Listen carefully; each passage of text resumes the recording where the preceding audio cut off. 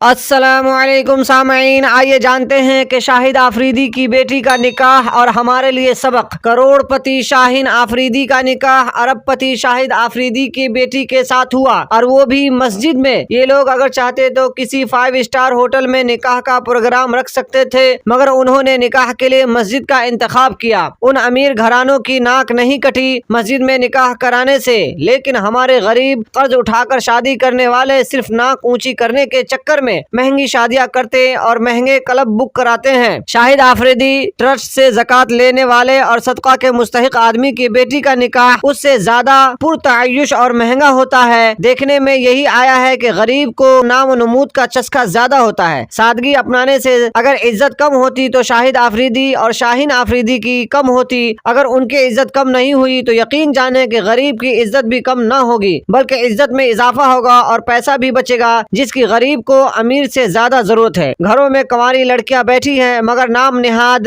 रसूमात, नाक ऊंची रखने के महंगे शौक उनके निकाह के आगे रुकावट हैं। जैसे जात से बाहर शादी नहीं करते, ऐसे ही औकात से बाहर भी शादी नहीं करनी चाहिए। तो ये हमारे लिए सबक है कि इतने बड़े आदमी ने मस्जिद में अपनी बेटी का निकाह इतने बड़े आदमी से किया।